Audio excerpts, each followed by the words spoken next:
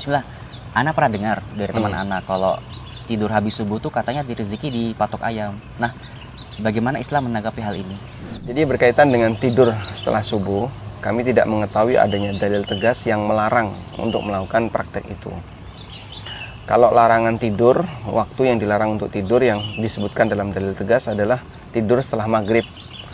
Sebagaimana dinyatakan oleh sebagian sahabat, naha Rasulullah SAW anin naumi qabla al-isya wal haditha ba'dah. Nabi SAW melarang tidur sebelum isya dan ngobrol setelah isya, karena dikhawatirkan kalau dia tidur setelah maghrib sebelum isya nanti kebablasan sehingga tidak sholat isya. Tapi kalau waktu yang lain, apakah ada larangan untuk tidur di waktu yang lain selain ini? Wallahu alam, kami tidak tahu. Meskipun para ulama menegaskan bahwa di waktu habis subuh itu seharusnya dipakai untuk hal yang produktif, untuk kegiatan duniawi maupun kegiatan akhirat.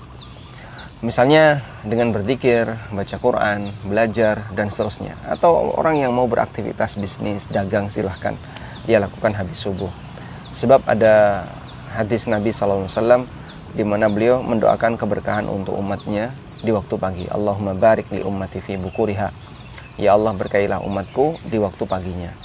Maka sangat disayangkan kalau waktu yang berkah itu ternyata hanya habis untuk tidur, untuk istirahat, sementara dia masih bisa melakukan hal-hal bermanfaat yang lainnya. Ustadz, kalau misalnya kita habis subuh gitu, kita gunakan olahraga seperti ini, kita bagaimana Ustadz? Nah, termasuk diantaranya digunakan untuk olahraga, itu kan untuk kebaikan dunia.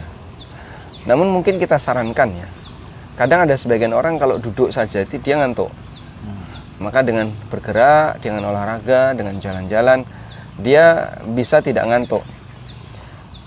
Sehingga sebagai saran, Anda bisa olahraga, tapi diniatkan.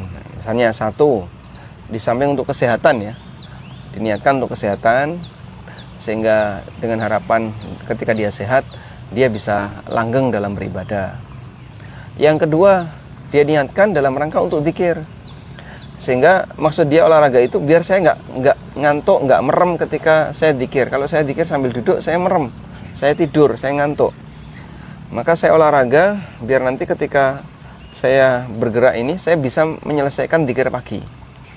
Nah, sangat bagus sekali misalnya dia jalan dari satu titik ke titik berikutnya sambil membaca subhanallah wa bihamdi 100 kali. Sambil membaca la ilaha illallah wahdahu la syarikalah lahul mulku wa lahul hamdu wa huwa ala kulli syai'in qadir 100 kali, muter satu komplek misalnya. Yang itu kalau dia lakukan sambil duduk mungkin dia akan tidur.